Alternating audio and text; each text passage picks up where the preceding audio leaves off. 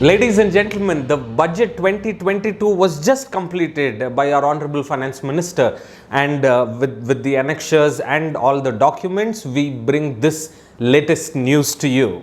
First, the surcharge on long-term capital gains tax has now been capped at 15%. Earlier, depending on the individual's tax bracket, it used to be a different tax slab going to a maximum of 37%, but now it has capped to 15%.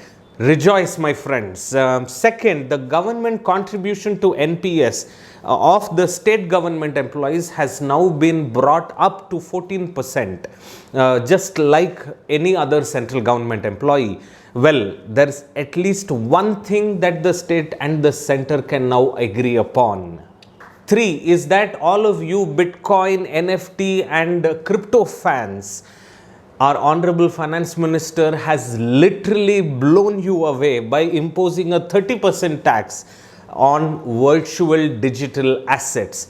Not only this, just listen, okay? No deductions will be considered. Losses can't be set off against other income.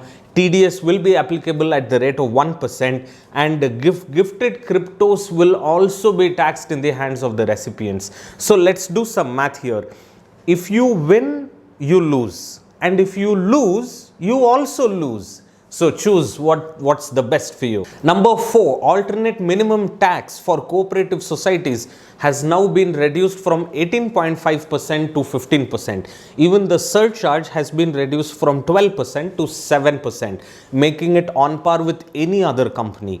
Now, with this tons and tons of mention and incentives about the agri sector, I am seriously considering it as another career option. Maybe. What about you? Okay, moving on to the next. If you have filed an income tax return where either knowingly or unknowingly you have declared less income and thereby you have paid less tax, we now have 2 years where we can go ahead, pay the tax and file a revised return. Well, Finance Minister, was this all that you could do for the middle class? The next one, okay, this is a bit sensible. It is about persons with disabilities. When somebody is dependent on us and they are disabled, the income that we receive as annuities or lump sum insurance payouts was earlier taxable in our hands. Now the Honorable Finance Minister has decided that they will provide some kind of a tax relief, not only after the death but also during the lifetime of such disabled person. Well, it's kind of absurd why would such thing exist, but nevertheless, this is what it is. The next one is certain benefits for startups which were supposed to end in March 2022 have now been extended by 1 more year to end in March 2023. So guys, go, invent something, do something great. You can always look at this video later. Work hard, by the way. 8th is quite significant allocations to infrastructure, to agriculture and to defense.